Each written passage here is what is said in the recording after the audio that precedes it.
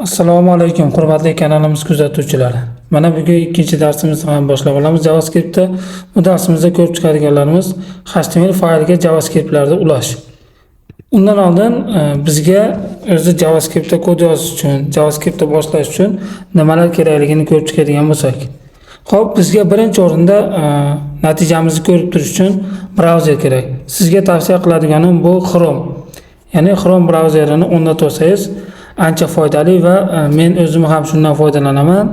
Ya'ni siz bilan men bir xil brauzerdan foydalansak, darslar mobaynida chalkashlik kamayadi. Xo'p, buni o'rnatib olish uchun shunchaki Edge mi, Firefox mi, sizda Yandex mi shunga yozasizda Google Chrome yoki Chrome, mana Chrome downloadingiz bo'ldi chiqadi. Shuni tortib olsangiz bo'ldi. O'rnatib uстановка qilib olsangiz bo'ldi. Bu qiyin emas. Xo'p, ikkinchi kerak bo'ladigan narsa bizda Visual Studio, ya'ni kod yozish muhiti.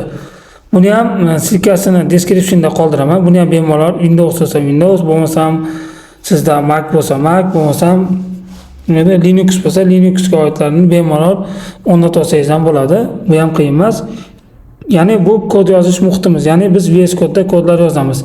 Oxirgi o'rnatadigan narsamiz bu Node.js. Ya'ni Node.js bizda shu yozayotgan kodlarimizni VS Code orqali tekshirib olish imkoniyatini beradi. Hozircha shu uchun foydalanamiz.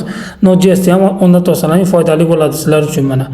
Agar Node.js kimdadir bo'lsa, pushni bosib turib Windowslarda cmd deb yozsalaring chiqadi.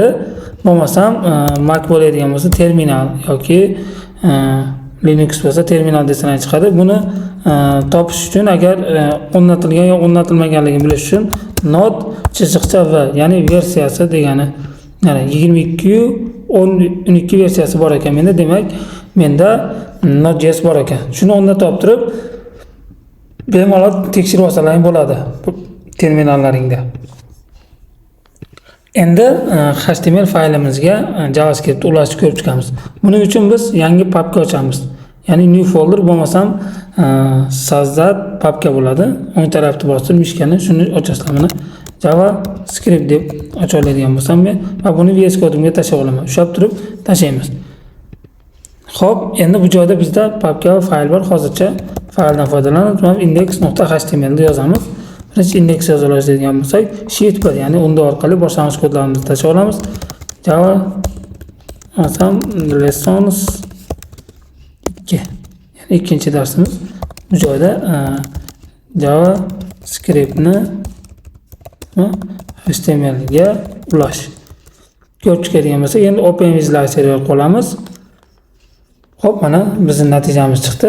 Undan oldin men sizlarga extensionlar bo'limimdan menda qanday extensionlardan foydalanganim va qaysilaridan foydalanishim to'g'risida ko'rsatib o'tadigan bo'lsam, bularni bemalol videolarni pauza qilib tortib olsalaring yaxshi bo'ladi. O'zlaringga ham ancha kerakli extensionlar bor. Mana bir qator tushirib ko'rsatadigan bo'lsam, ularni o'rnatib olib, o'zlaringda bemalol sinab ko'rsalaring bo'ladi.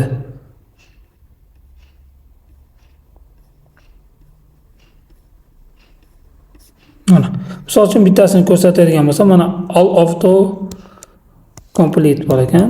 All auto. Mana, agar shuna deb qidirasizlar, agar sizlarda o'rnatilmagan bo'lsa, install chiqadi, o'rnatilgan bo'lsa, mana install chiqmaydi. Shu asnoda qidirib o'rnatib olsalaring bo'laveradi bemalol. Buni endi chekara qo'tarsam, endi biz JavaScriptni qanday qilib ulaymiz?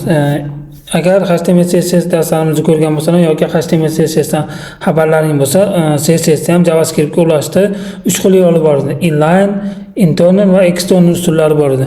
Hozir biz birinchi o'rinda CSS da style qilib yozardik. Endi bunda ham inline usulda yozmoqchi bo'lsak, on click. Birinchi hodisamiz, misol uchun on click attribut ko'rinishida yozamiz va alert deb turib, misol bu joyga kod ishladi deydigan bo'lsak, bu alert nimaligini bilmasalaring, shunchaki JavaScript kod deb tasavvur qilib turaverasizlar. On click degani shu ustiga bosish degani, ya'ni shu H1 ustiga bossa, bu narsa ishlash kerak bizda hozir. O'tamiz va buni ustiga bosdim, mana ishladi. Ko'rdilaring-a? Bu ko'rinishda. Agar buni oxirigacha ko'radigan bo'lsak, background colorini xohlagan joyini bossak bo'laveradi mana. Misol uchun bu joyini bossam ham chiqadi. Ko'ryapsizlar-a? Kod ishladi deb chiqib beryapti bizda. Xo'p, birinchi usulda nima ekan? Inline usul, ya'ni tagni ichiga yozish orqali ishlatamiz ekan. Xo'p, bu yaxshi. Endi ikkinchisi biz ham head tagini ichida va script orqali ishlatishimiz mumkin. Misol uchun bu joyga ham alert yozaman.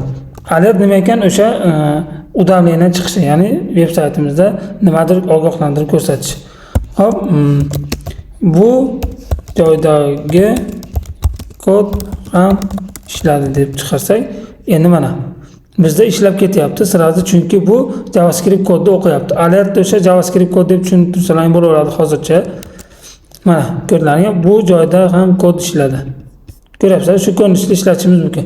Sizlarda agar nuqta virgul bo'lmasa, nuqta virgul qo'yib ketishlarini so'rab qolaman va bu joydan Ctrl X qilamiz. Endi ko'radigan bo'lsak, hozircha bizda yo'q, mana yangilasak ham chiqmayapti. Xo'p, endi keyingi usuli bizda body tagini eng pastki qismida va HTML taglar tugagandan keyin shu joyga ulash. Ya'ni bu joyda ham script ko'rinishda ulasak bo'ladi.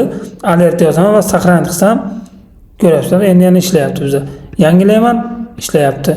Yangilayman, ishlayapti. Ko'ryapsizlar, shu ko'rinishda ishlatishimiz mumkin.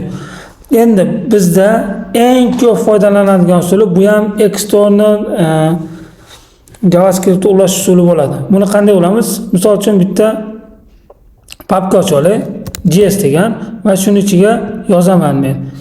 main.js kodlarini ishlatdim va buni o'chiraman hozircha va endi buni qanday ulaymiz desalaring, script search, ya'ni src ko'rinishda ulaymiz. Endi buni bermoqchi bo'lsak, buni ichiga joylamabmiz, mana ichiga joylab qo'yamiz. Endi ichida turibdi mana. Index bilan bizda js papkamiz bitta o'rinda turibdi. Shuning uchun to'g'ridan-to'g'ri murojaat qilsak bo'ladi. js ichiga kir va main.js da endi saqlanib qilaman. Hozir bitta yangilaydigan bo'lsam, hech bola o'zgarish yo'q bizda. Hali bu joyga yozmadik. Misol alert bu joyga yozamiz. External ulash usulimiz ishladi. Mana endi saqlanib qilaman-da, o'tsam mana external ulash usulimiz ishladi. Ko'ryapsizlar, bizning JavaScript kodimiz endi bu joyda ham ishlayapti.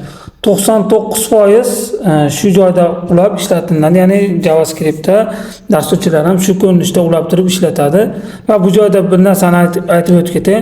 Bizda HTML kodlarimiz, ya'ni HTML taglarimiz tugagandan keyin eng oxirida buni ulaymiz.